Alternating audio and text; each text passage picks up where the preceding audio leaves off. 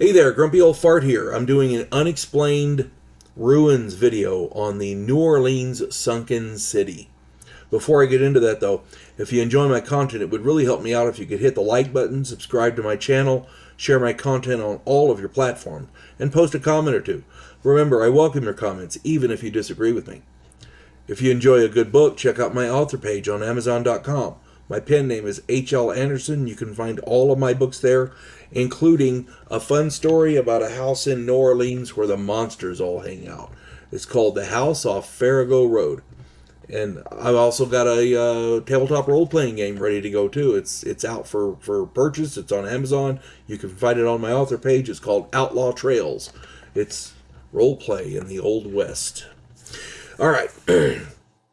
For centuries, sailors have told stories of forbidden areas of water where they dare not go. The more famous ones include the Bermuda Triangle, the North Sea, where, ships are just disappearing left and right. And there are many others, of course, where strange things happen, and in some cases, ships and crews, they just vanish. It's crazy. Fishermen had problems for centuries in an area off the coast of New Orleans near the Chandelier Islands. Chandeleur Islands. Chandeleur. Chandeleur Islands. Hope I'm saying that right.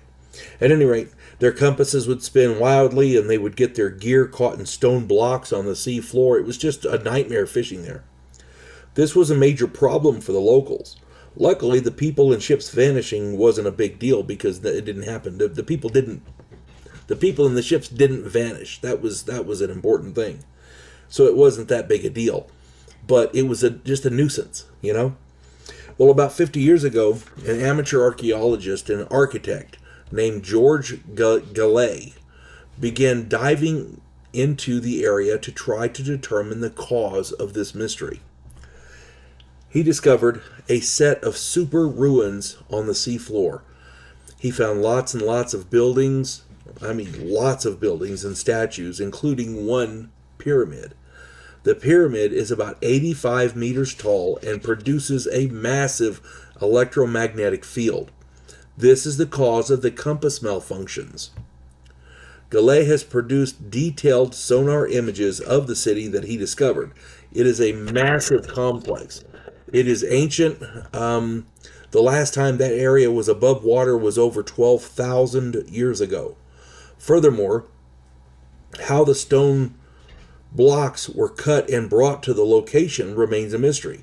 They have yet to determine where the stone came from, but it is not from any local quarry or even from within a 1,000-mile radius. Here's what we do know. More than 12,000 years ago, someone built a city on this site, and we have no idea who or where they got the stone from. They included a pyramid with massive electromagnetic properties, which are still active today. But we don't know why. Why would anybody build a pyramid like that? Regardless of what mainstream science tells us, our ancestors were far more advanced than we give them credit for. Michael Cremo wrote a book titled Forbidden Archaeology. This book is a jaw-dropper. It's not an easy read because Cremo is not an author, he's a scientist. The book reads like a scientific journal, so it is a tough read. But the information within its pages is beyond eye-opening. You would freak out reading that book. I highly recommend it. We are being lied to about our ancestors, and at some point we're going to have to find out why. I still have no idea why a scientist would lie about truth and facts. That boggles my mind. But there we go. That's what's going on.